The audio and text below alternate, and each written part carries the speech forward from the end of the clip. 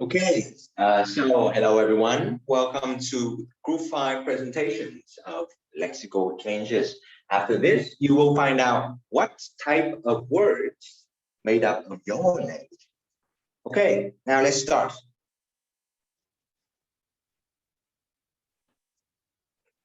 Today, we are going to talk about some words that is the constructions of a language consists of what? Mostly are going to look at the borrowing word. Secondly, we are going to look at the history of and some borrowed words. And third, like time itself, words can be lost. And number 4, some systematic change to your home language, all right, especially the English. Now, let's look at the number 1, the borrowing part. In most languages, it is considered words that are borrowed from different languages. So the lexicon can be divided into the native or non-native words or some loan words. Continue, please. So basically, in general, the borrowing is an important source of new words. For example, when something is invented or newly introduced into a context of the language, it might not have the same meanings in your language, your native language. So you have to borrow it from their source language. For example, the internet, right? Most languages beside English do not have the definition for internet. Secondly, it's occurred when one language is added to their own lexicons of the word or monophores from other languages. Is often altering the pronunciation to fit the phonological rules of the borrowing language. This is clearly seen in the child games of Vietnamese children, such as 1, 2, 3, is from 1, 2, 3 in English. Next part, please. And lastly, the borrowed words remain in the source language, so there's no need for it to be returned.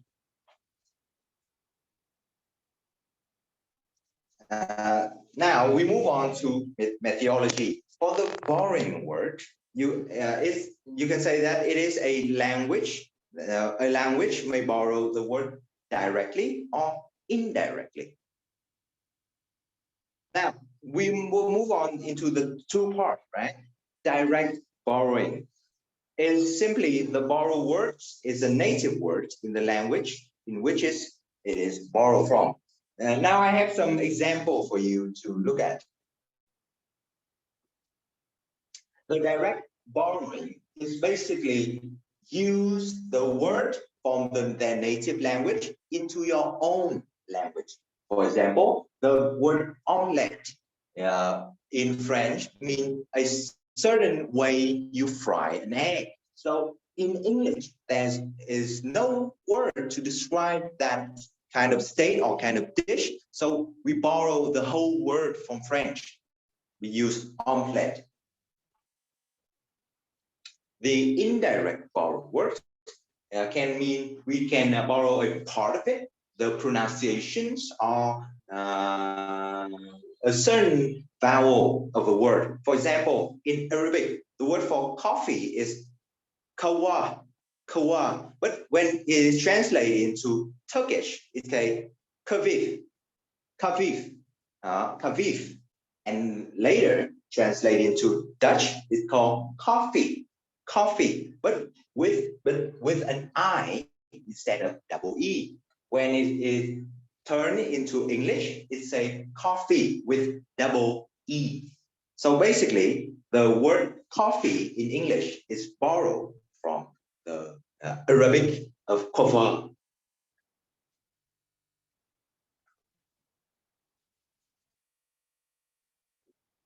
the destiny of the word is used for maybe some languages are heavily borrowed, like in Albanian, basically and borrow so heavily that few native words are retained. Albanians mostly nowadays use borrow word from Russia. So most of their native language has been lost in the past. On another hand, most Native American language is borrowed very little from their neighbor. The Native Americans have their own languages, but they know how to preserve them. So therefore, it is not well. The reason why will be discussed later in the presentation. Now, let's look at some popular languages. The most popular, that is the international English. In the English language, there are 60% of the word conduct of the borrowing language. 1,500 most frequent used words are borrowed, and only 80% are native words. Now let's move on to the second part. So I will continue the second part, the history and borrow word. The history of English speaker people can be followed by studying the kind of loan words in the language and when they are entered. Originally, they spoke Germanic dialect. So the Old English developed directly contain a number of Latin borrowing. English borrowed many loan words from foreign sources during the Renaissance. From 9th to 10th century, the Scandinavians left their trace in English language. The pronouns they, their, and them. The word having to do with mathematics and chemistry were borrowed from Arabic. The English is also provide a copious number of loan words to other languages such as Vietnamese or Korea. The loan translation are compound words or expressions whose parts are translated directly into borrowing word. For example, in English, we have the word supermarket, and Vietnamese we call siêu thị. In English, we have word hotline, and in Vietnamese we call đường dây nóng. So another way is the new word can be entered the language by compounding or recombining old words to form new ones with new meaning. For example, afternoon, moreover, nursemaid, sideboard, take over, undergo, water cooler, X-ray, or zookeeper. The new word may be formed by derivational processes. So the next part, my partner, Miss Glenn, will continue.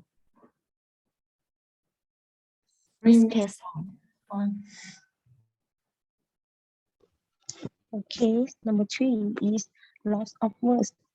Words can be lost for next slide, please. Okay, words can be lost for language or words in lost thoughts in sentence. Nobody thinks of it, nobody use it, and it fades out of the language. Examples in English seems to be substitutable. What is to know? Example in Vietnamese, tôi đã không tiền còn xác xẹo quặc thì tự. khác là mua, còn khôn là kho, tuy đá không tiền, kho mua xiệm. Number 4. Okay, now I will present about the last type. It is semantic change. And the first type of semantic change is broadening. And the definition of it is range of meanings of a word increases so that the word can be used in more context. And for example, the word dog, it means specific powerful breed of dog, and it can be broadened like all breeds or races of dog.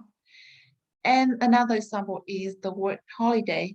It means a day of religious significance, and it can be broadened like any day on which we do not have to work.